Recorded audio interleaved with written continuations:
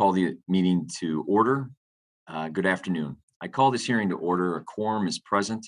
Without objection, the chair is authorized to declare a recess at any time. Before we proceed, I would like to go over a few housekeeping items for our remote hearing. First, if you're experiencing connectivity issues, please make sure you or your staff contact our designated technical support so those issues can be resolved immediately. Members participating remotely must continue to use the video function for the duration of their participation in this hearing, unless they experience connectivity issues or other technical problems that render the member unable to fully participate on camera. It is the committee and subcommittee policy that members will remain muted when not recognized, just like turning your microphone on and off during an in-person hearing.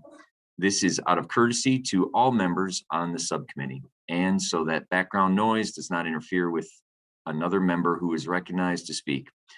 When you are recognized, you will need to unmute your microphone and pause for a couple of seconds before speaking so that we will be able to hear everything you say.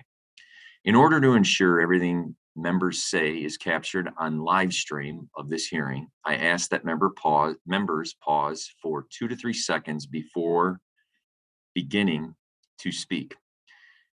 If you wish to have a document inserted into the record, please ask for unanimous consent and have your staff email the document to veteranaffairs.hearings@mail.house.gov. It will be uploaded to the committee document repository. Without objection, members will be recognized in order of the subcommittee seniority for questioning witnesses today. This will make it easier for me to ensure all members participating have an opportunity to be recognized.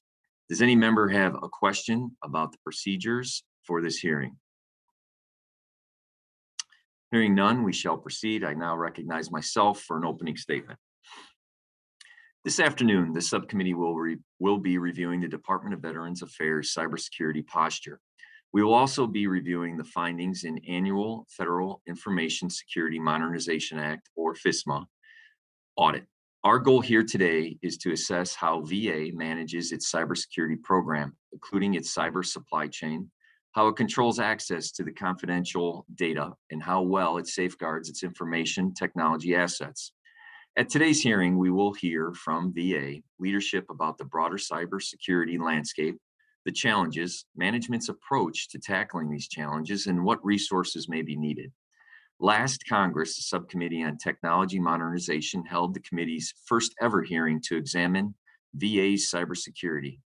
I am pleased that we can continue this important work and explore the ongoing cybersecurity management challenges at VA. Cybersecurity is not a new challenge in federal government. The threats to our information systems have only increased since the Federal Information Security Management Act was first passed in 2002. Major cybersecurity breaches earlier this year, especially of SolarWinds, the Orin software, the zero-day exchange server hack, and other instances highlight the risk to our information systems. As our reliance on electronic personal data increases and the sharing of data increases, so do the risks.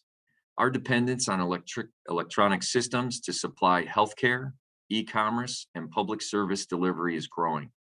All the more so during the pandemic as government and industry shifted life online. We need only to look back a few weeks to see how dangerous a cyber incident can be. The recent ransomware attack on the Colonial Pipeline crippled fuel supplies up and down the East Coast, adding unnecessary uncertainty and increased costs for countless individuals. Unfortunately, the health sector is not immune to these attacks. In 2017, WannaCry ransomware created by hackers working for the North Korean government spread across the world and infected the UK's national health system. In May 2020, Blackbaud, a cloud software provider used by many healthcare companies, was the victim of ransomware attack. So far, more than 6 million individuals have been impacted. Many experts estimate that we value the medical records on the darknet is higher than that of password and credit cards. According to the security company Comparitech, in 2020, at least 92 individual ransomware attacks affected more than 600 separate clinics, hospitals, and organizations, and over 18 million individuals patient records. Ransomware attacks may have contributed to over 40,056 hours or 1,669 days of downtime to healthcare organizations in 2020. The average time lost to downtime is increasing, up to 21 days during Q4 of 2020. On average, healthcare cyber attacks cost $1.4 million in recovery. VA prides itself as being the nation's largest integrated healthcare provider. In that role, VA should be at the forefront of addressing many of these risks and should be a leader in healthcare cybersecurity. As VA continues the process of modernizing its IT systems to deliver healthcare, adjudicate disability claims, and provide educational benefits, information security management should be a key component from the onset. The subcommittee is still concerned that VA has not done enough to assess risks and develop long-term information security strategies. Numerous Inspector General and Governmental Accountability Office reports continue to cite management failures and lack of internal oversight. They also repeat recommendations year after year, seemingly without adequate progress in resolving them. I look forward to the hearing from leadership within VA's Office of Information Technology about the department's overall cyber program and cyber strategy. We will also hear from the Office of the Inspector General about its recent Fisma audit, outstanding issues, and how VA's cybersecurity posture has evolved over the last several years. Finally, we will hear from the Congressional Research Service, whose expertise can help us contextualize some of these issues and understand cybersecurity within the federal government. As Technology Modernization Subcommittee, we must ask, is VA ready? Is VA's information security management system up to the task? Is VA ready to prioritize cybersecurity? American veterans should be able to access VA healthcare with the peace of mind that their data and privacy will be protected. I hope VA can get this right. I thank the witnesses for being here, and I look forward to their testimony. I would now like to recognize my colleague, Ranking Member Rosendale, to deliver opening remarks he may have. Mr. Rosendale.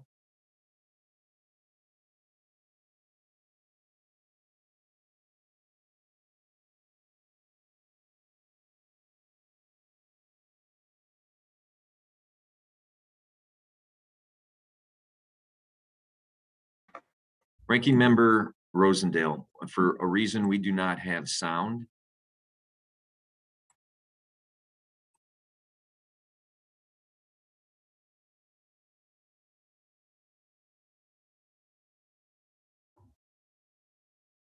Try it again.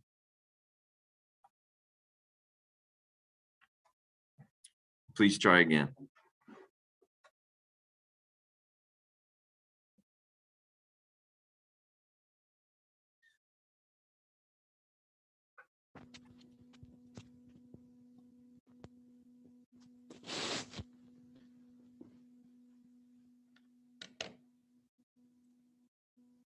Do we have sound? We have sound, sir. Very good. Very good. Okay. Thank you again, Mr. Chair. I appreciate the opportunity to speak and address the panel today. And thank you for convening. Over the last decade, the Department of Veterans Affairs roughly doubled in budget and staff. Along with this growth has come a massive increase in the size and vulnerability of VA's networks. Today, VA is responsible for securing networks serving thousands of facilities, hundreds of thousands of end users, and millions of devices. There are trillions of cybersecurity events every month to monitor, and over 7,500 terabytes of data are whizzing around. VA has a crucial mission to provide timely benefits and high-quality health care to our veterans. I know significant information technology requirements go along with that. However, I don't think the department's IT capabilities have kept pace with the growth everywhere else. I do not measure results in the terms of dollars that are spent. I measure results in terms of outcomes. But that being said, the budget for the Office of Information and Technology has been flat for years, while the rest of VA ballooned. Every new employee hired, every new program created, and every new facility built means more devices, software, and networks that have to be served. We can see from the Federal Information Security Modernization Act, Fisma, audit, that cybersecurity is not keeping pace. Vulnerabilities are everywhere. Some of them are simple. Weak passwords, security logs not being maintained, accounts not being deactivated when employees leave, security patches not being installed. Some of them are complicated. Medical devices are not being segmented appropriately. The inventory of known security vulnerabilities is incomplete. Systems are granted authority to operate without assessments of their security controls. What is as troubling as the fact that these exact same issues and problems have been identified year after year for as much as 10 years now. It all adds up to trouble. This audit is not just a compliance exercise. We have seen the consequences in the real world. In the spring of 2020, a group of cyber criminals exploited weak business practices at the VA Financial Services Center to reroute payments meant for healthcare providers. Several million dollars of taxpayers' money was stolen and directed to foreign criminals. They manipulated a web-based system that had been put online barely a month earlier. It was developed with shoddy security practices right under the nose of the Office of Information and Technology. The system was taken offline, and rightfully so. All payment inquiries were converted to email and phone calls for several months while the system was secured. Then came the SolarWinds hack. It's been called the largest and most sophisticated cyber attack ever. Hackers working for Russian foreign intelligence inserted malware and SolarWinds software update. This impacted thousands of companies and government agencies. Although the VA was running the compromised software, they claimed no data was stolen. I hope you will excuse me if I have difficulty believing that. Nonetheless, VA had to turn off the SolarWinds software and limit its network monitoring for almost 5 months to clean up the breach. What happened during that 5-month period? What do these two attacks have in common? The financial services incident was inexcusable. The SolarWinds attack was unavoidable, but VA took far too long to recover from both of them. The alarms have been sounding for years. VA claims to be concentrating on preventing cyber attacks, but has achieved mixed results at best. There is much less emphasis on mitigation and recovery. Both areas are important. As the VA's capabilities mature in those areas, particularly given the millions of vital veteran records being managed, I am pleased OIT has commissioned a comparative analysis by Liberty IT, which recommended implementing an upgraded and modernized data loss prevention program. I understand data loss prevention is no simple task. VA's program must not only successfully detect potential data breaches and data exfiltration, but also continuously monitor the data breaches of sensitive data, whether it is in use at an endpoint, in motion via network traffic, or at rest. Year after year, the Fisma audit identifies many of the same vulnerabilities that must be closed. I hope this VA cybersecurity team will be the group that finally accomplishes that. But as the VA networks grow larger and more complicated, defending against every single threat will become more difficult. That means response capabilities are important. Without a doubt, this is challenging, but it is the mission in front of us. I want to thank the witnesses for participating in this important conversation. And Mr. Chairman, I see I have exceeded my time. I apologize and I yield back.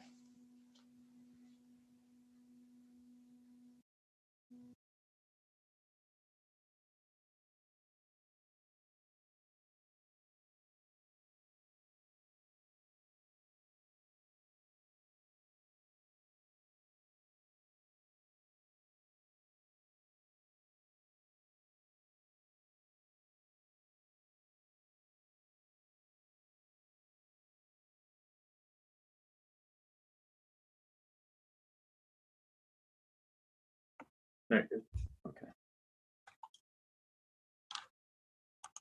Thank you, Mr. Rosendale. We will get through this at one point. As far as I think it's a plot, Mr. Chair. there's got to be something between. It's a freshman trick they're playing on us somewhere, right? Somewhere, someone's smiling, but we will roll on. Thank you, Mr. Rosendale.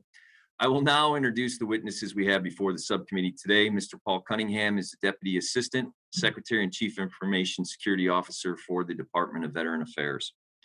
Mr. Cunningham is accompanied by Mr. Gary Stevens, Deputy Chief Information Security Officer and Executive Director for Information Security Policy and Strategy. Ms. Martha Orr, Deputy Chief Information Officer, Quality Performance and Risk, and Ms. LaWanda Jones, Deputy Chief Information Officer, Strategic Sourcing in the Office of Information and Technology, and Mr. Michael Bowman, Director of IT and Security Audits Division, Office of Audits and Evaluations, VA Office of Inspector General, and Mr. Chris Jacoran, Analyst in Cybersecurity Policy, Congressional Research Service. We will now hear the prepared statements from our panel members. I'll remind you to please pause for 2 to 3 seconds before speaking so that the recording will capture all of your words, and please remember to do so when answering members' questions. Thank you. Your written statements in full will be included in the hearing record. Without objection, Mr. Cunningham, you are recognized for 5 minutes.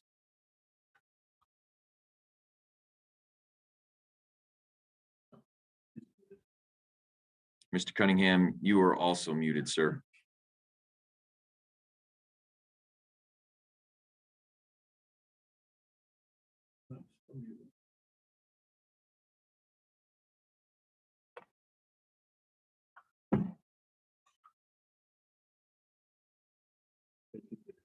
You're good to go, sir. All right, thank you, sir.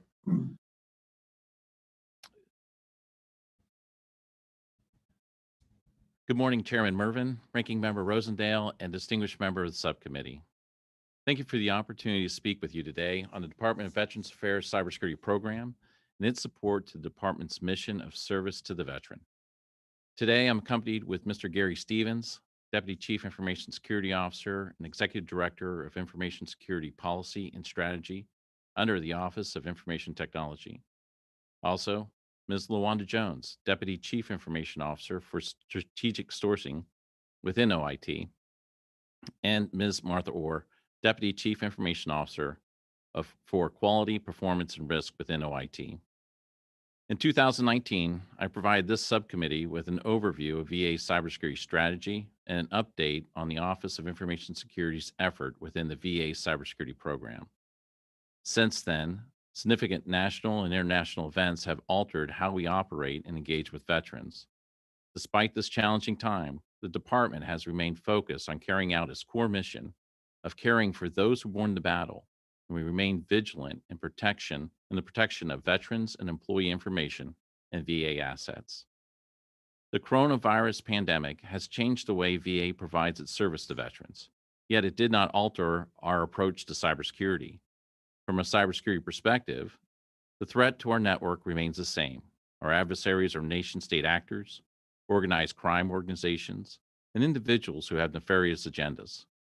Their motives continue to be financial gain, corporate or state-sponsored espionage, or damage to the department's reputation and public trust. However, the pandemic did fuel the adversaries with new content and topics to leverage in their attack. For example, phishing campaigns were disguised as COVID-19 informational updates, enticing users to click on the links, which provide the attacker additional access or downloaded malicious software. Fortunately, our workforce was well trained in identifying these types of attacks, and we had the tools in place for reporting and responding to those threats.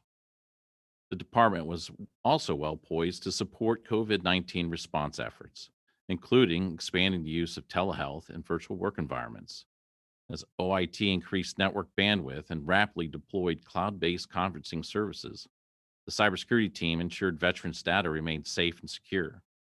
OIT's information security expedited the security review of critical medical technologies, adjusted our risk thresholds based off the operational constraints, and provided security assessments for the enhancement of remote connections to VA networks. Our team's actions allowed VA to continue to provide seamless and uninterrupted delivery of healthcare, services, and benefits to the veteran.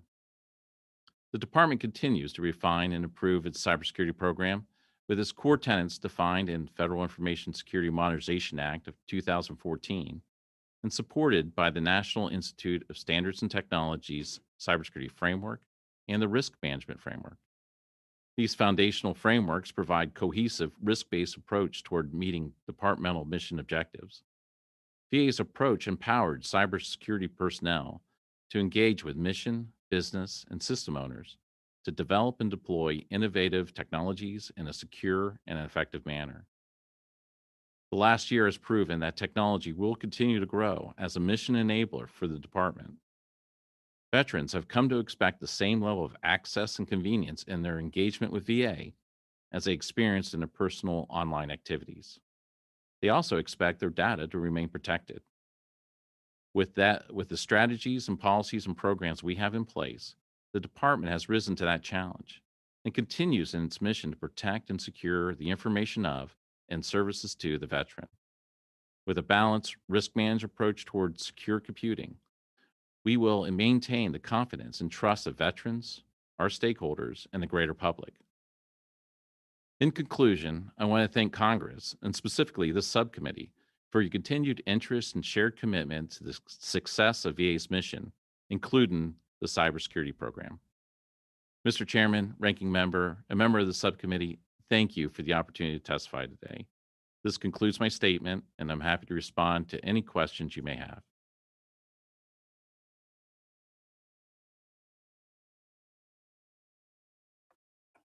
Thank you, Mr. Cunningham, and thank you for your service. Next, we'd like to have Mr. Bowman. You are recognized for 5 minutes. Can you hear me? Yes, sir, we can. All right, thank you. Chairman Mervan, Ranking Member Rosendale, and members of the subcommittee, thank you for the opportunity to discuss the Office of Inspector General's oversight of VA's IT security program. My statement focuses on the department's security program objectives and the challenges it faces in protecting the confidentiality, the integrity, and the availability of VA systems and data. IT systems and network are critical for VA to carry out its mission of providing medical care, a range of benefits, and services to millions of veterans and their family. The OIG recognizes and appreciates this is a very complex undertaking. To the extent that VA does not properly manage and secure their IT investments, they can become increasingly vulnerable to intrusions by groups seeking to obtain sensitive information, commit fraud, disrupt operations, or launch attacks against other VA systems. Security failures undermines the trust that veterans put into VA to protect their sensitive information. This can also adversely affect veterans' engagement with VA programs and services. The Federal Information Security Modernization Act of 2014, also known as Fisma, requires that agencies develop, document, and implement an agency-wide program for the system and data. For the 21st consecutive year, the OIG has reported to the extent which VA has IT safeguards in place consistent with FISMA requirements. The OIG's conclusion from the FISMA audit are not new. Rather, they're a repeat of many of the same concerns that the VA's IT security program that we've reported in prior years. VA continues to face significant challenges in complying with FISMA requirements. This is due in part to maintaining an aging and outdated IT infrastructure. Our fiscal year 2020 FISMA report, which was released last month, contained 26 recommendations for improving VA's IT security program. Most of these recommendations have been repeated for many years because VA has not adequately addressed our prior IT security concerns. Our findings and recommendations focused in the following areas: configuration management controls. These controls are designed to ensure critical systems have the appropriate security baselines in place and have up-to-date vulnerability patches implemented. During testing, we have consistently seen VA systems have not installed the latest critical security patches. The OIG has concluded that VA systems were not securely configured to mitigate against known and unknown information security vulnerabilities. Identity management access controls. These controls are meant to ensure password standards are consistently implemented and to limit user access privileges to those necessary and only for legitimate purposes. The OIG has seen many examples of VA systems using default usernames and passwords or easily guessed passwords. The use of weak passwords is a well-known security vulnerability that allows malicious users to gain unauthorized access to mission-critical systems. Overall, the OIG's Fisma audit, in addition to other reports on VA's IT security program, shows that VA has considerable work to do in order to achieve better IT security outcomes. VA's fundamental mission of providing benefits and services to veterans is dependent on deploying secure IT systems and networks. Until processes are in place to ensure adequate IT controls are deployed across the enterprise, VA mission-critical systems and sensitive veteran data will remain at risk. While VA has made some recent improvements in information management, considerable challenges remain. We believe that VA's successful implementation of our Fisma recommendations is vital in its effort to achieve ongoing and address emerging IT security risks. Mr. Chairman, this concludes my statement. I would be happy to answer any questions that you or other members of the subcommittee may have.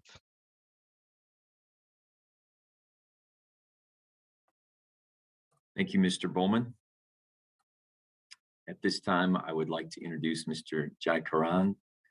You are recognized for 5 minutes. Chair Mervan, Ranking Member Rosendale, and members of the subcommittee. Thank you for the opportunity to testify before you today. My name is Chris Jai Grant. I am an analyst in cybersecurity policy at the Congressional Research Service, with a focus on national cybersecurity policy and federal agency cybersecurity. I have been in this role at CRS since 2015. CRS provides Congress with analysis that is authoritative, confidential, objective, and nonpartisan. Any arguments presented in my testimony are for the purposes of informing Congress, not to advocate for a particular policy outcome. I have submitted my written testimony for the record. It addresses the principles of risk management agencies consider when developing cybersecurity programs, federal agencies and policies involved with the Department of Veterans Affairs cybersecurity, and options for Congress. During my oral statement, I will discuss VA's unique challenges and options Congress has to address them. VA has unique challenges when it comes to ensuring its cybersecurity. The department has a customer base of over 9 million veterans and their families. It operates over 5,000 facilities nationwide and must protect an array of information technology or IT devices, from laptops to blood pressure monitors. In protecting this equipment, VA, like all federal agencies, engage in a cybersecurity risk management process. Prior to purchasing a cybersecurity tool or implementing a new process, agencies must first understand what data and systems they possess, how that data and those systems may be attacked, and how likely those attacks are, and what challenges the agencies may face if the data and systems are impaired. This assessment helps to ensure that agencies take proactive approaches to cybersecurity in a resource-limited environment. VA requested $113.1 billion in discretionary funding for fiscal year 2022. Using past year's calculations, this may equate to an estimate of around $650 million for cybersecurity funding, should Congress continue the trend of enacting around 0.57% for cybersecurity funding as a percentage of discretionary funding, and if that trend continues. Relative to other agencies, VA spends more on cybersecurity. This is expected as the VA has the second largest agency budget behind the Department of Defense. As a percentage of overall budget, VA spends slightly less, even when discounting agencies with a significant cybersecurity expenditures for national cybersecurity missions. Congress may choose to direct VA to change its cybersecurity spending. Congress may choose to direct VA to pursue the use of shared services. The Government Accountability Office and the Inspector General have highlighted shortcomings in VA's management of IT systems. While the responsibility to manage the IT risks of an agency ultimately lie with the agency heads and their designees, an agency may lack the expertise to assess its IT risk, appropriate IT security solutions, and have the funding necessary to address those risks. One way to address this issue is to shift the provisioning of cybersecurity services from VA to another agency. The Cybersecurity and Infrastructure Security Agency, part of the Department of Homeland Security, may provision technical capabilities for VA, such as Domain Name Services Resolution or DNS Resolution, Security Operations Center Services, and the Continuous Diagnostics and Mitigation Program. Congress may choose to accelerate plans for VA to move toward next-generation cybersecurity services, such as endpoint detection and response technology, penetration testing services, and zero trust architecture. In examining this option, Congress may choose to create statutory requirements for VA, reports to Congress on their adoption, or provide explicit resources to support their adoption. Congress may also target specific systems for next-generation cybersecurity services adoption, such as those related to the electronic health records or financial management systems. Congress has required VA to implement cybersecurity requirements in addition to those broadly applicable to the federal government in the past. For example, the data breach notification requirement in the Veterans Affairs Information Security Act is in addition to the data loss notification requirements in Fisma and the Privacy Act of 1974. In closing, VA has unique attributes to its mission and IT enterprise, which complicates its efforts for cybersecurity. However, there are established policies and programs in place to assist with implementing a successful cybersecurity program, and Congress has options to accelerate cybersecurity at VA. Thank you for the opportunity to testify today, and I look forward to your questions. Thank you, Mr. Jaikaran, for your testimony. At this time, I will recognize myself for 5 minutes for questions. Mr. Cunningham, how would you grade VA's progress regarding its cybersecurity program? Thank you, sir, for the opportunity to ask that. I think VA is on par or slightly above par with the rest of the federal space. My work with the Department of Energy and my discussions with other CISOs, I find that the challenges that we see are equally shared across the federal space. Although the type of information that we're protecting is a little bit of a challenge, a little bit different from my counterparts. I do find that we do suffer from the same set of challenges.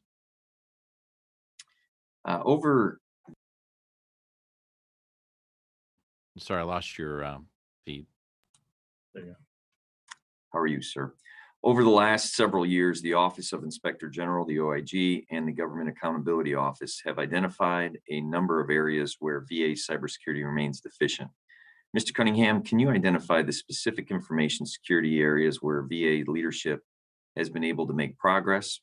And what, if any, program office changes are you planning to make to ensure the proper level of management and oversight of departmental cybersecurity? So each of the findings from all assessments, to include the IGs, are reviewed with the auditors to look at, one, understand what the risks are, and then to formulate a response strategy. That is conducted through our Office of Quality, Risk, and Performance, Ms. Martha Orr, and I'll ask her to talk about the specifics of those findings. But in that, the second part of your question was about organization. The department has a more centralized risk management approach to cybersecurity, where the CIO is the central part, and then it provides that security and IT capability across the department, with minor exceptions around the medical community that relates to HIPAA, where HVA has the as the certified authority under HIPAA, has delegation for responsibilities. So HIPAA compliance is strongly coordinated with VHA through our privacy office in that regard. And then lastly, on our organization, there's the applications that reside on our networks are usually owned by the business owners. Over the last year, I've seen a greater improvement in coordination as well as in development around DevSecOps, where security is being built around each step of the development and in operations. And that's being embraced by our business owners as well. And with that, I'd ask Ms. Ord if you have anything else you would like to add.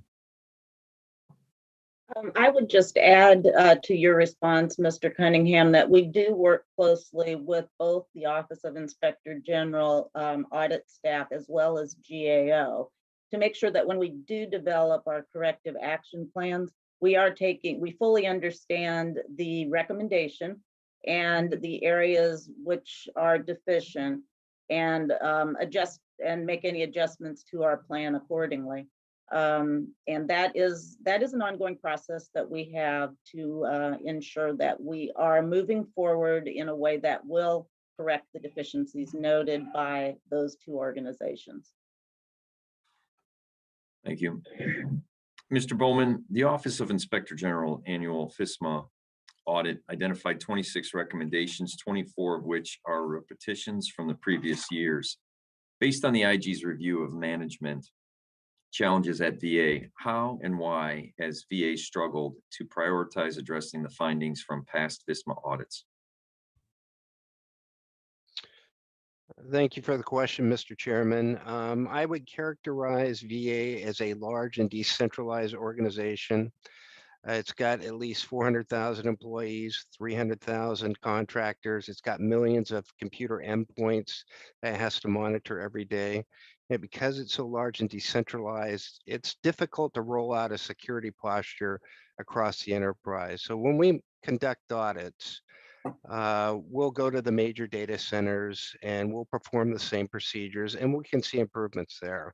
But when we go to VA facilities that we've never visited, we tend to see a different security posture just because it's not monitored in advance of our Fisma audits. So that's, I would say, primarily the reason that VA has a hard time improving in security. It's just large, diverse, and complex. Thank you, Mr. Bowman. My time has expired at this time. Mr. Rosendale, you are recognized for 5 minutes for questions. Thank you, Mr. Chair. Mr. Cunningham, I'm going to start off with you. What's the state of VA's data loss prevention program, and has it been deployed? Sir, I think early in comments you talked about the department's seeking outside support and contract to come in and develop a long-term strategy. We received that strategy last year. We're in the midst of deploying that strategy with the intent of having IOC within the next 12 months. And it's a multiple elements to DLP, or data loss protection, that goes beyond just technical. There's also the element of training people on how to properly code and also recognize potential sensitive data, making sure it's properly tagged so we can discover it through technology means. Okay. So can you tell me if there are any gaps in the procurement as it relates to the Federal IT Acquisition Reform Act? As far as so you're asking in acquiring the DLP solutions? Exactly. Sir, yes.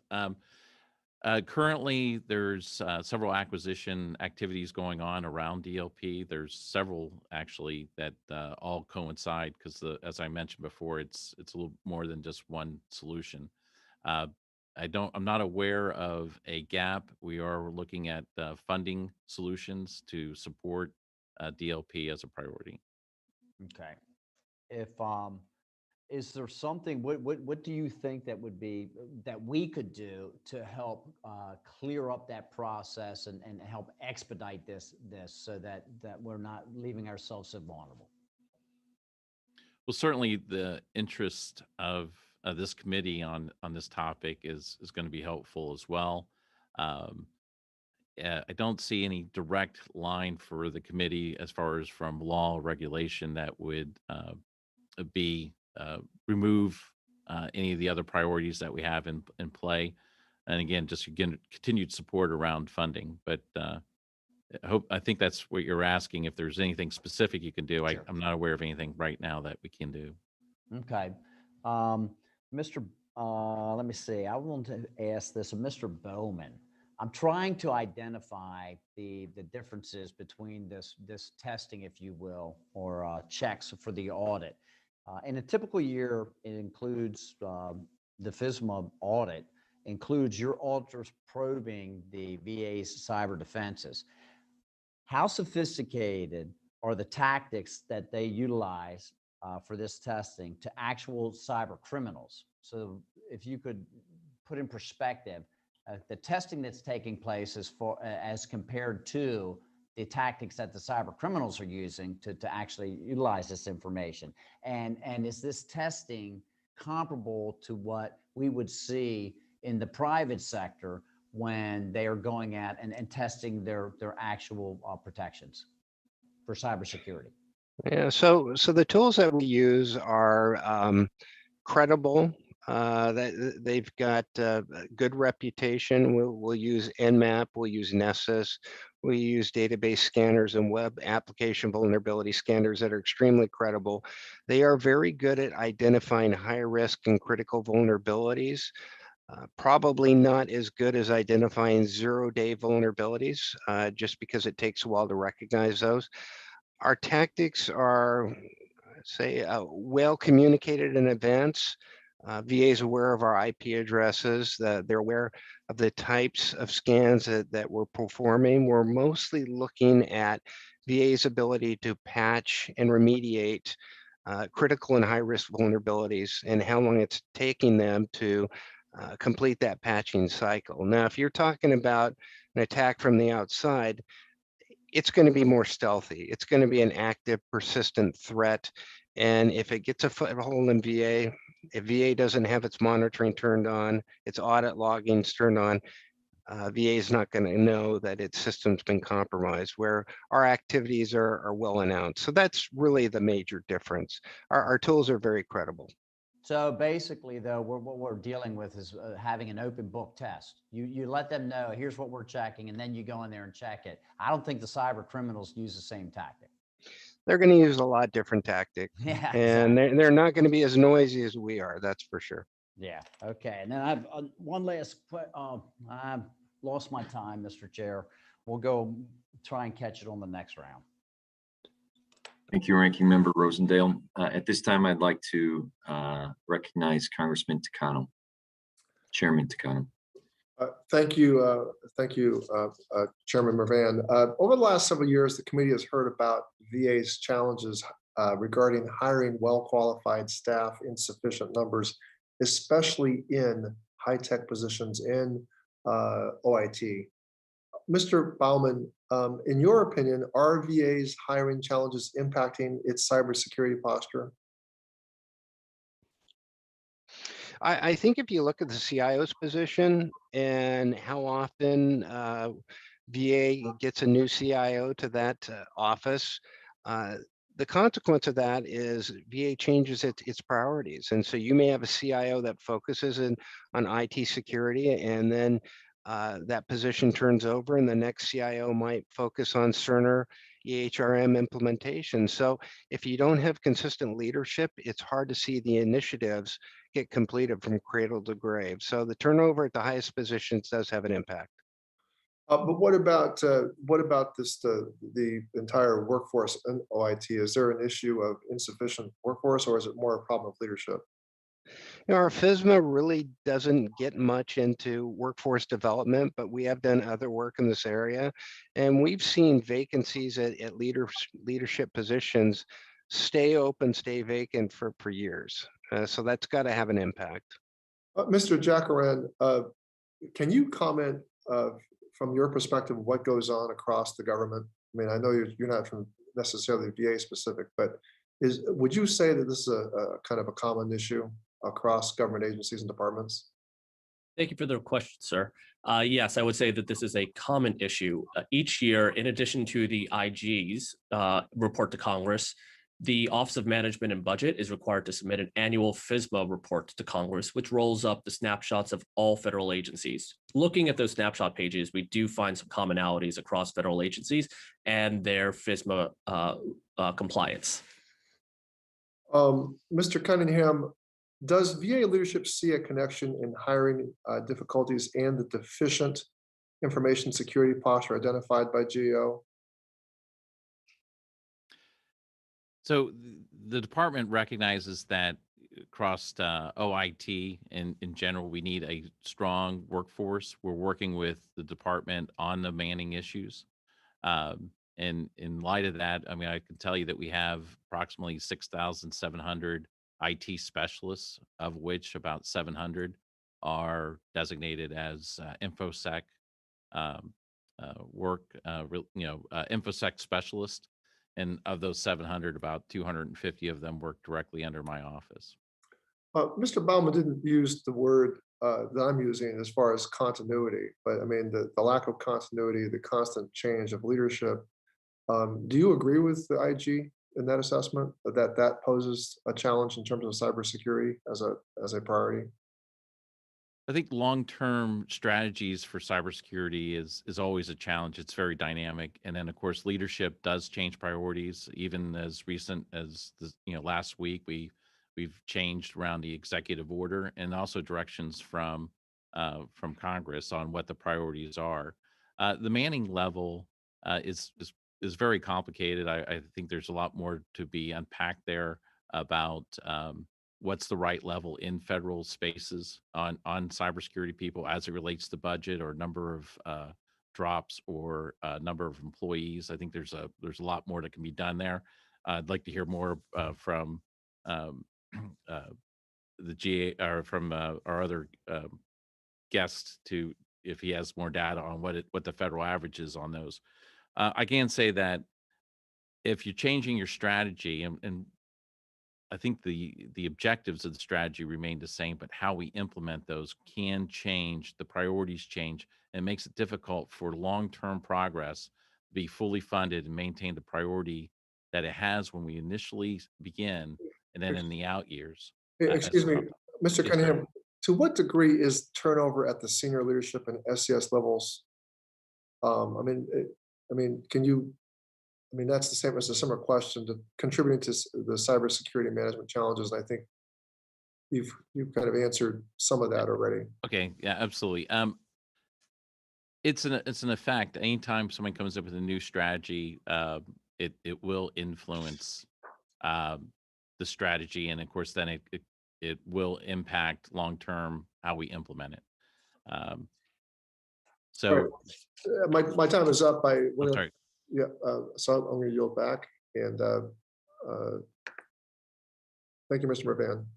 Thank you, Chairman Takano. I recognize myself for 5 more minutes. Mr. Cunningham, Mr. Bowman had spoken to the fact that when there are new facility visits, there are new failures that are identified. My question is, as an enterprise, what is the process to have all failures at all the facilities compliant? How do you learn? How do you translate one failure in one facility to successes going forward? That's a great question. First, all the findings that are reviewed from the IG are shared. We break them down and then we share them with our larger field offices. We have approximately 400 plus information system security officers out in the field, and we talk about these findings and what other organizations are doing to resolve those.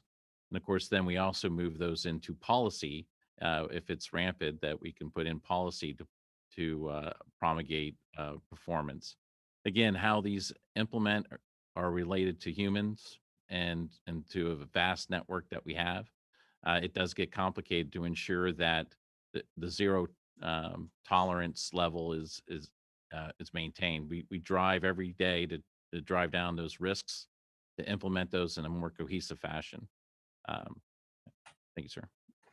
Thank you. My next question is for Mr. Cunningham or Mr. Stevens. The 2021 VA IG Fisma audit rates VA's information security program as not effective. What is preventing VA from making improvements in its standing on the Fisma audits? What resources does VA need in order to gain ground in this area? So I'd start and then I'll turn it over to Mr. Stevens. So a major contributor of that calculation is around the CAP goals or the cross-agency priority goals. We're reporting that we completed 7 of the 10. Of those, we've looked at at 3 of them that are outstanding, and we've one has to do with the accreditation or authority to operate. There was 7 systems that did not have a current authority to operate. Those have been addressed and resolved. And then we also had a lot of domains. That was the second one, was domains that were va.gov, but they weren't managed by the government, and we're down to 1 of those. So we take those findings and we drive those to completion. And again, the targets of those are 100%. So 1 off, which I believe is a testament to VA of being able to report the transparency that for even 1 off, we will not accept that as 100%. We'll count that as 98. And then with that, Mr. Stevens. Yes, sir. In order to get in front of that issue as well, we've done a number of proactive things, inclusive of ensuring that our policy is better aligned with the NIST 837-39, so that it further embraces that, as well as aligning with the 1253 standards. So number one, we're at parity with DoD and how they do those assessments from an EHRM standpoint. But also what that does for us is it gives us a further distillation consistent with those standards so that we operate based on a common rubric across the federal space. And then with that, we've integrated and designed what was referred to as the knowledge service. The knowledge service is a online repository inclusive of both the policy requirements, a distillation of what's the essence of those policies and what they mean at a more functional and digestible level, and then aligning those also with the implementation guides. Through that effort, we get consistency in implementation to address some of those concerns that Mr. Bowman mentioned earlier. In addition to that, we've also pursued an active engagement with identification of what we've referred to as the Common Security Framework champions. Those champions are designed to assess holistically across the entire enterprise at the category and subcategory level. So we get a perspective on the overall overarching implementation from a holistic standpoint across the VA space. And then based upon that, we're able to identify where there's deltas in what we believe we should be at and what we desire to be with, and then take proactive means in order to identify the set of things that we want to do corporately to address those gaps. Thank you, sir. Mr. Cunningham, I'm concerned about some of what I saw in VA's budgetary submissions to Congress earlier this year, and the topic that was discussed by Mr. Jaikaran. VA's 2021 budget request was $460 million for information security, which equated to 44% of 0.44% of discretionary budget. That is the lowest percentage in the last 5 years and a reduction of $65 million from the 2020 enacted budget. How much do you anticipate will have gone to cybersecurity, including all supplemental funding for fiscal year 2021? For 2021, I'd have to go back for the record to get you the exact number, but my rough estimate of cybersecurity, I want to say, is roughly about 300 million in that, rolled Okay. up with the supplemental. And then I just have one more question for right now. How can VA justify a 2021 budget request where information security is the lowest percentage of discretionary funding in over half a decade? Sir, that's a difficult question to answer. I'll have to bring that back to the record. I agree that we have to invest in IT. Legacy systems are probably the biggest risks that we have. I'll bring it back for the record. And what is VA's approach to the fiscal year 2022 budget request for information security funding? Has there been an impact due to supplemental funding for the pandemic response? From a cybersecurity perspective, we've been able to leverage some of the supplementals as we moved cybersecurity activities to assist in the COVID response, especially when it comes to remote environments and as well as telehealth. Okay, at this time, I'd like to recognize Ranking Member. Okay, so I apologize. I'm going to have another round of 5 minutes of questions. Mr. Jaikaran, strategically, how would you compare VA cybersecurity spending and resource allocation with the rest of the federal government? Looking at strategically, my written statement for the record has a table A1 that looks at the percentages that agencies are spending as a relation of their base discretionary budget. So that does not account for supplementals or emergency funding, but the base discretionary budget that OMB reports as part of the president's budget. Few agencies top 1% of their spending for cybersecurity. Those that do have a significant national cybersecurity mission, such as the Department of Homeland Security. Most agencies are below 1%. However, even the agencies that are below 1% are spending closer to 0.25% on cybersecurity for protecting the agency's internal networks, as opposed to the Department of Veterans Affairs, which is spending closer to 0.5%.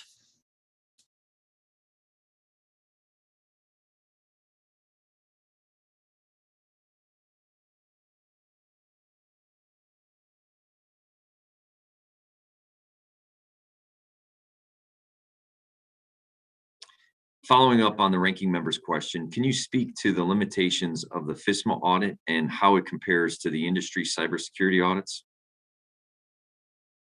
Mr. Jayakaran? Thank you for the question, sir. So the Fisma audit is unique in the sense that it is governed by a series of special publications that the National Institute of Standards and Technology puts out, and guidance that the Office of Management and Budget releases to agencies each year. So agencies know the documents they will be compared against, and agencies know the standards that OMB is looking for. That sense of knowing what an audit is going to look for is repeated throughout industry. So if you look at the SOC 2, or you look at the COBIT, or the ISO 2700 family of information security standards, those are published, and organizations know what they would be compared against to. So in this sense, the federal government has followed the operations of industry.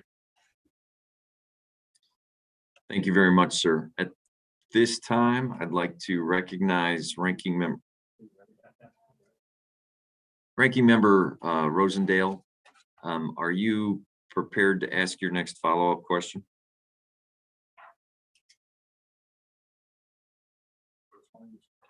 Okay. We will be waiting for Mr. Rosendale. At this time, Mr. Bowman, in preparing the audit, did the OIG notice any trends or general patterns in VA's cybersecurity posture? So typically, when we conduct the Fisma audit every year, we focus on a consistent group of controls. We'll look at access controls, configuration management, service continuity, security management. We're looking at the same set of controls every year. And as we indicated in the statement, we have repeat findings and recommendations. That is the pattern. Most of those recommendations have been ongoing for more than 10 years. So we would expect to see more than incremental improvement over time. If VA focuses on the access control issues and configuration management control issues, that would go a long ways towards removing the material weakness. Thank you. For Mr. Cunningham and Mr. Stevens, the Fisma audit noted deficiencies in the implementation and application of the Enterprise Risk Management Program. How would you describe the deficiencies in implementation and application of the risk management program? So I look at we looked at our policy. We made sure that it mapped back to the Fisma standards. We also mapped it back to the NIST risk management framework under NIST Special Hub 837 and 39. And we're actually looking at each of the 8 elements in Fisma 2014 of the cybersecurity program. We're looking through those lenses to improve our understanding of risk from an organization, mission, and system level. That's been a standard discussion in cybersecurity for the last 2 years that I've been here, and it's been being implemented inside my organization as well as across OIT. So I look at it that, from a risk management perspective, we have the tools in place. We have the people that are knowledgeable on the controls, and to balance the risk to the mission where it's appropriate. With that, we can also turn it over to Mr. Stevens if he has additional comments about the risk management approach. Yes, sir. What I would say is that in addition to what Mr. Cunningham mentioned, we're also working directly with our QPR team, Ms. Martha Orr, so that we're able to identify common risk indicators as it relates to the way in which we execute our roles and functions, and as we assess our controls and their configuration and their status, so that we get more of a holistic understanding of that ARM, of that risk management framework and the implementation holistically, so that we're also driving towards the scenario where we're able to assess our posture at a corporate level based upon critical risk indicators. Thank you. Mr. Bowman, would OIG agree with Mr. Cunningham's characterizations? Why or why not? As I've said previously, the VA enterprise is a large, decentralized, complex organization. It's very difficult to roll out a consistent security posture across the enterprise. I wouldn't disagree with anything that Mr. Cunningham has said. It just proves that implementation is more difficult than developing policy. Thank you. Mr. Cunningham, does VA have a plan for implementing the 26 recommendations that the IG identified in this year's Fisma's audit? Can you provide it to the committee? We do have a plan and we can provide it to the committee. What is the timeline for the completion of that plan? Each the findings have a different timeline due to the complexity. We'll ask Ms. Orr if she wants to give the roll-up on the timeline. Yes, thank you, Mr. Cunningham. Yes, each of the recommendations has a plan of actions and milestones, and that speaks to the mitigation strategy to correct the deficiency, and each has a date. I believe the dates do go out for several years at this point, 2 or 3. They will be, though, noted in the documentation that we provide to you with the corrective action plan. Thank you. Who's accountable for the accountable official at VA if the department continues to fail to implement the recommendations or improve its cybersecurity posture? If you read Fisma 2014, the secretary is ultimately responsible. And that's delegated to the CIO, who designates it to the security officer, myself. The Government Accountability Office has recommended that VA take several steps, including developing a cybersecurity risk management strategy to improve department-wide cybersecurities. What are the specific actions the department has taken in response to the GAO's 4 priority recommendations? I don't have that in front of me. We address all findings through our QPR process. Ms. Orr, do you have specifics on those 4? I am sure that I do have specifics on those 4. I just don't have them at hand. So if I could please take that for the record, and I would be happy to provide the responses that we did give to GAO. When do you anticipate finalizing these steps? Again, those recommendations would have a date that we committed to finalize the steps, and it will be part of the response. Thank you, Ms. Orr. At this time, I'd like to recognize Ranking Member Rosendale.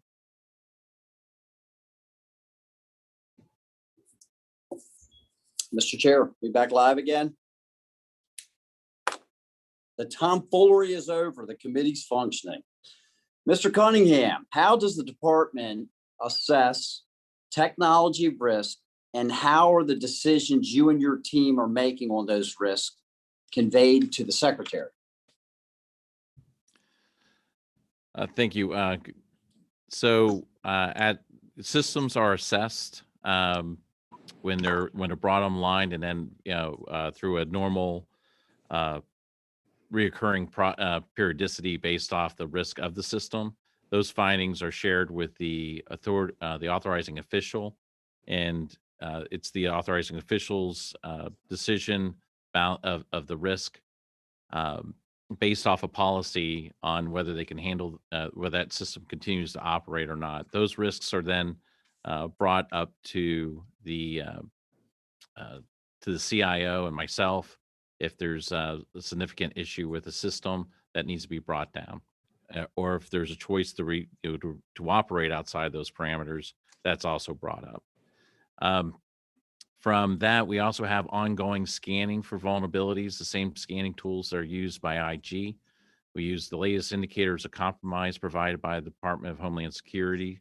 And in that, when we find vulnerabilities, we notify those to the system owner and the information system security officer assigned to that system for remediation. If there's an issue on that, they can't make POA&M, that's been brought up and it's tracked. And it's, again, we look at how many of our systems are slipping or how much we're carrying that additional risk. And that's reported up to the CIO through various means, whether it's governance councils or weekly reports. So who establishes the priority of these deficiencies? Okay, so we continue to see, as the reports show, that we've got 20 of these issues that continue to show up for 10 years, time and time and time again. Okay, so what I'm trying to figure out is who establishes the priority of those issues and which ones are to address at what time? So that, again, will be coordinated through operations, myself, and quality performance review, Ms. Orr. Okay. Mr. Jike Rand, I would like to ask you a little bit more of a subjective, I hate to say, question, but what I'm trying to determine is what's your level of concern of the access to any foreign party, okay, to all of this information, okay, from the VA, and the additional risk that it poses if they can start puzzling together DOD, VA, taking all that information. And it's our understanding that there was a lot of different agencies that their data was breached, okay? And the risk that it poses to our service members, whether they're active or in a veteran status, okay, both financially and physically.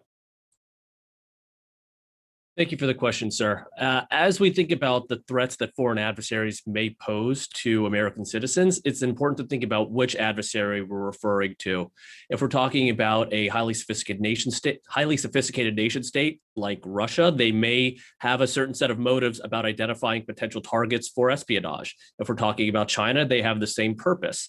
However, if that foreign adversary is a criminal organization, they may be seeking to use information related to the protected health information or the personally identifiable information about a veteran or a service member or their families in order to spearfish them or otherwise fool them into installing malware on their computer and taking advantage of their finances or other protected and sensitive information about them. So it's important to think about not just foreign adversaries, but the type of adversary and what they may seek to do with specific types of information. So, and that all being said, I guess the crux of my question is what level of concern do you have that all of these parties are doing exactly that, and just how much risk our members are at? Based on publicly available information, it is difficult to draw a strong conclusion on the level of concern. A few weeks ago, the Director of National Intelligence, Avril Haines, testified before Congress as part of the worldwide threat assessment of the intelligence community and did highlight the cybersecurity risks. So we do know that we have foreign adversaries that are seeking to take advantage of American citizens and their data, and that should, at a binary decision, cause concern and a response from both government and industry to stymie their ability to take advantage of Americans and their citizens. Thank you. Mr. Chair, I see that I'm out of time again. I'll yield back.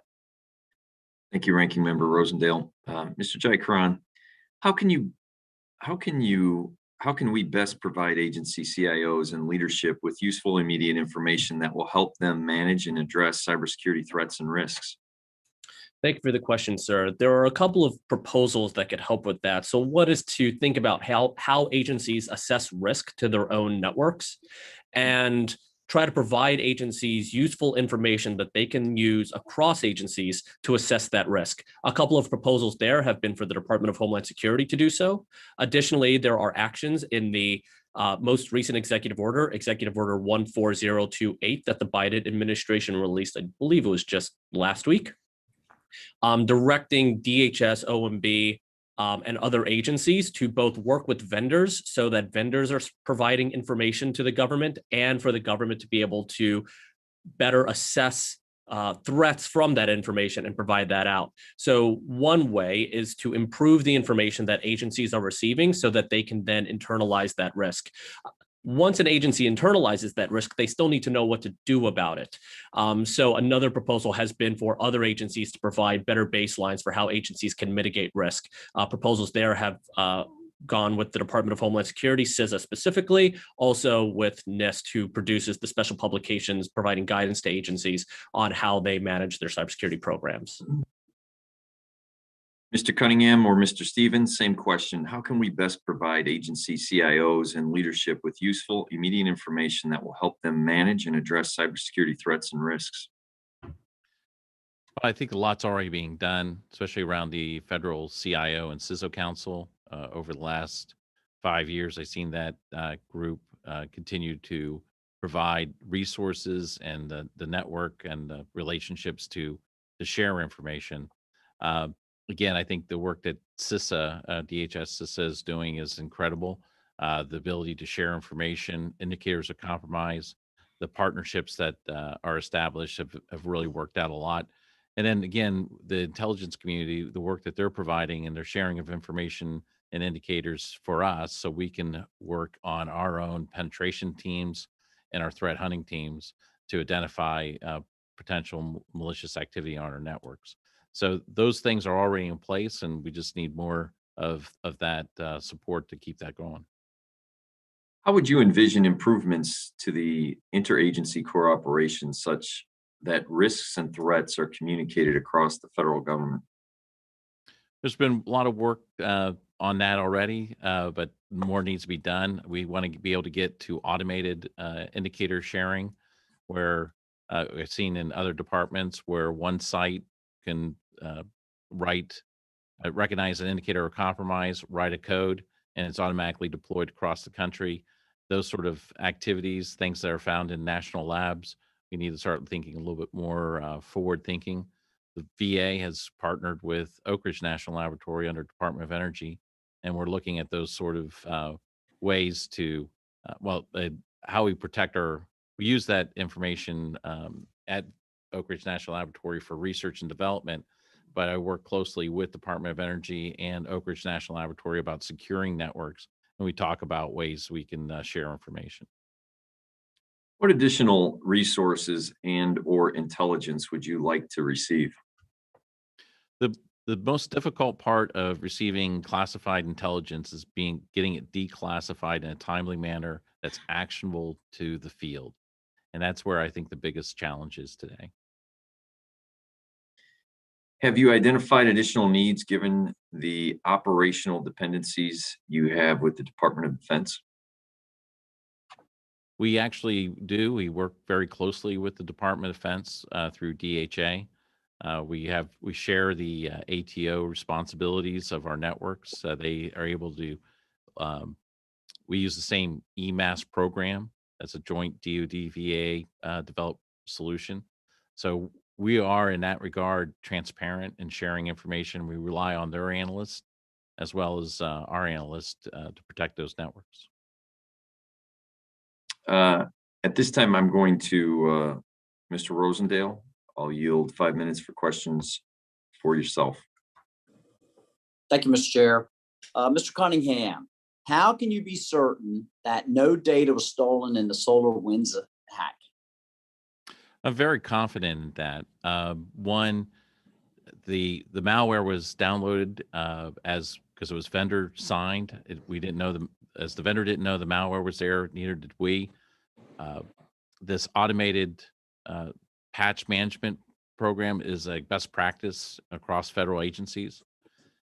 Within 12 hours, we were able to bring down all SolarWinds instances so they weren't on the network as an ounce of, as precautionary to meet the executive direct or the emergency directive put out by DHS. So that means that period of time that we recognized that we had a problem, and the time we were able to bring it down in 12 hours across this complex environment is really a testament to VA's capability from an operational perspective. So we looked through all of our records. First of all, we installed all the indicators of compromise. We replayed our NetFlow data looking for any other indicators that showed that this might have happened in the past, to identify that maybe an attacker used those indicators before we received them. There was no evidence of that. We then asked DHS to come in and look at our systems, and they did, and they found nothing. We asked the intelligence community to come in, and they said that they would come back to us if they saw anything, is how they put it, and they didn't come back.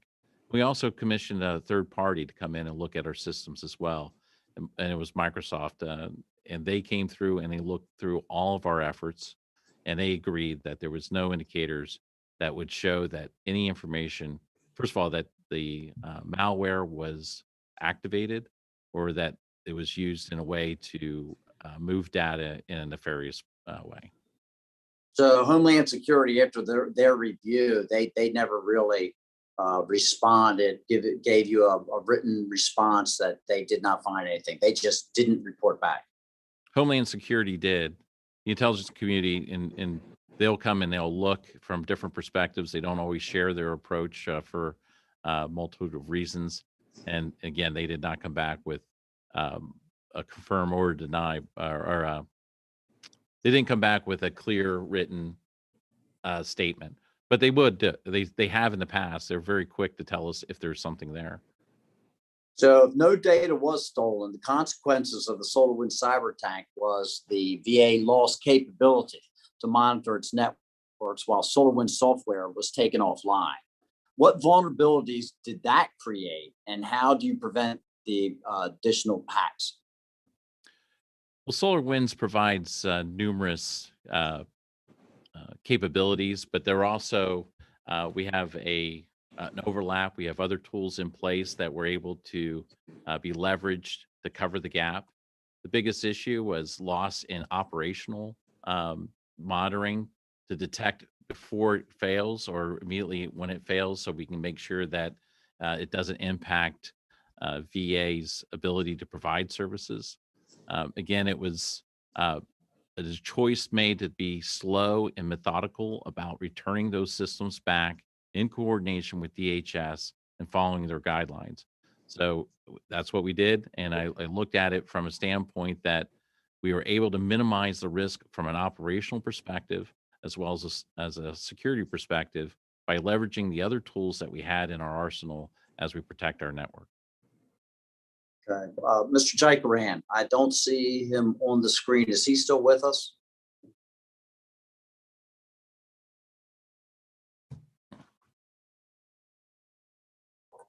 We believe we may have just lost him for a moment, Ranking Member.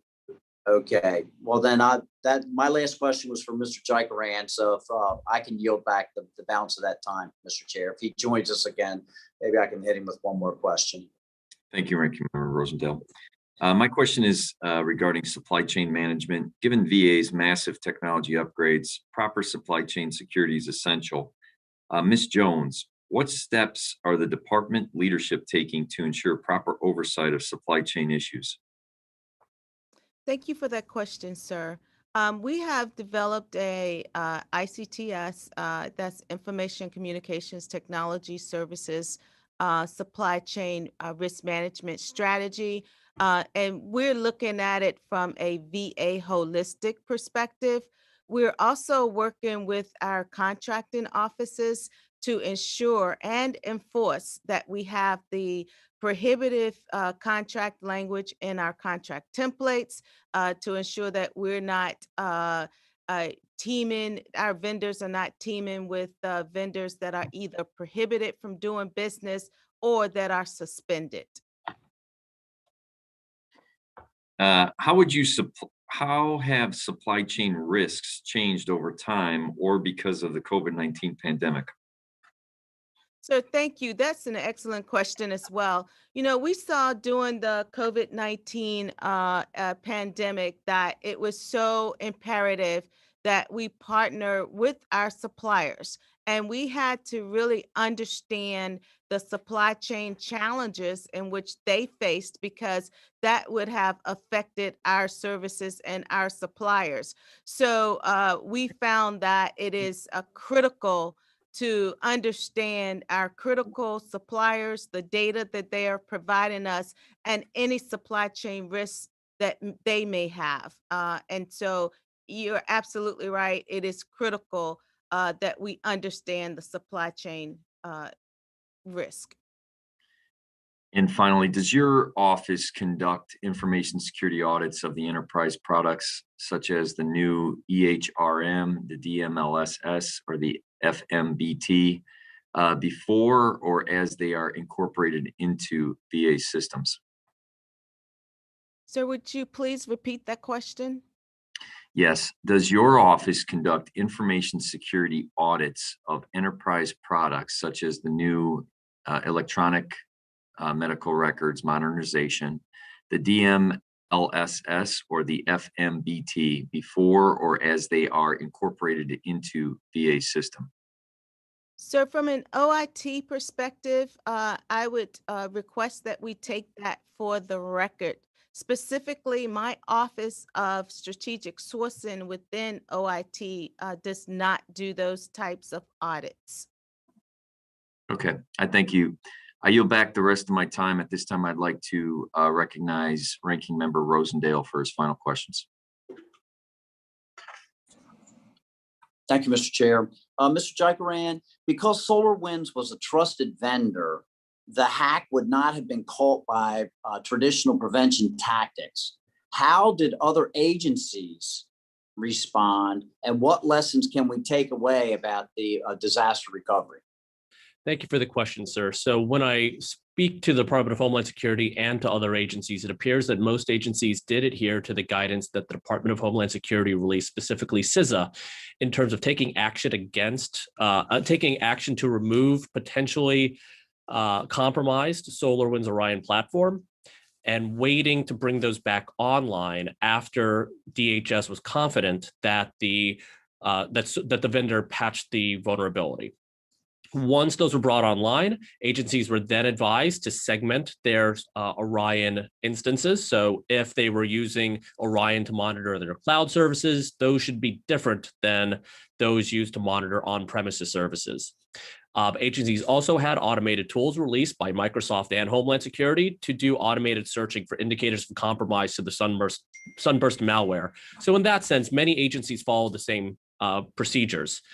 To go one step beyond that, agencies could engage in a more sophisticated activity of actively threat hunting against the adversary. In this case, it was attributed to be the Russian Foreign Intelligence Service.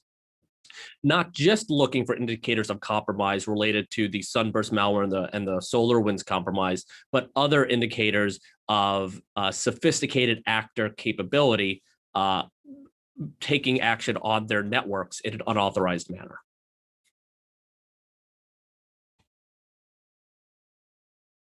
So again, as we look forward, what lessons can we pick up from this as far as, I mean, we're doing the audits, I get that, but what could we glean from this to say, okay, here's what we could specifically do better to either identify this, keep it from happening, or address it better in the future?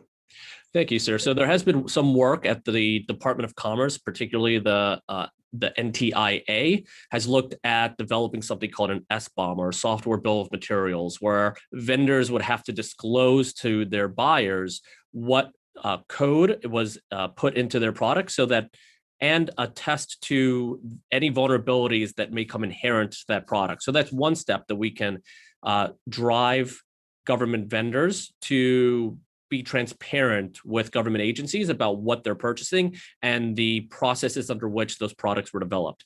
Additionally, I speak to this in my testimony that we can assume that not all products will be secure 100% of the time, and to try to do things to make it more difficult for adversaries to take advantage of federal networks, either by inhibiting their ability to get in at all, and once they're in, inhibiting their ability to move about the network and escalate privileges and carry out their objectives.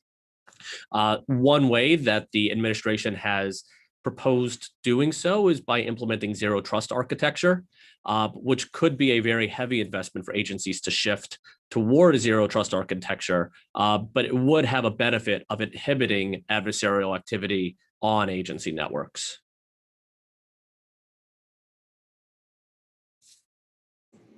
Thank you very much. Mr. Chair, I would yield back again. Thank you. At this time, this concludes our hearing. Would Ranking Member Rosendale like to add any closing remarks? No, sir, Mr. Chair, just thank you all so much for all the information, and I appreciate you taking the time today to be with us. Thank you, Ranking Member Rosendale. I would also like to thank the witnesses for their participation today. And I think we need to continue to examine this issue and to work together to address challenges and concerns in cybersecurity space. I hope this underscores that I believe that cybersecurity must be a guiding part of the department's technology modernization efforts. I look forward to continuing this conversation and hope that we begin to see some real progress in VA's efforts to address these long-standing problems. I thank all members. All members will have 5 legislative days to revise and extend their remarks and include extraneous materials. This hearing is now adjourned. I thank you all very much.